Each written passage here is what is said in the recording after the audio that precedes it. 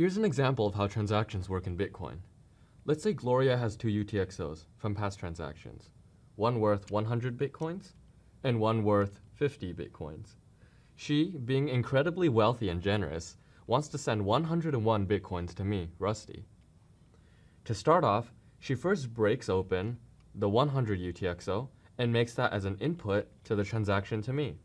However, she recognizes that she doesn't yet have enough in the input, so she breaks open her next UTXO, worth 50, and makes that a second input for the transaction. The transaction now has two inputs, one worth 100 and one worth 50, and one output worth 101 to me. But what about the remaining 49 Bitcoins that were originally Gloria's? Where do these go? To make sure that Gloria can spend these Bitcoins at a later date, she makes a second output to herself known as a change UTXO, or another piggy bank containing all the remaining unspent Bitcoins from the inputs. This way,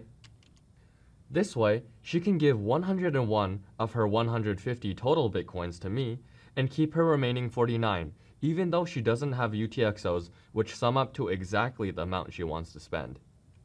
From here, if I'm equally generous and want to give that remaining amount to Derek, I can just make my new UTXO an input to a different transaction, the output of which will be Derek's new UTXO. This is how Bitcoin effectively keeps track of individual transactions and prevents anyone from spending incorrect amounts of Bitcoin.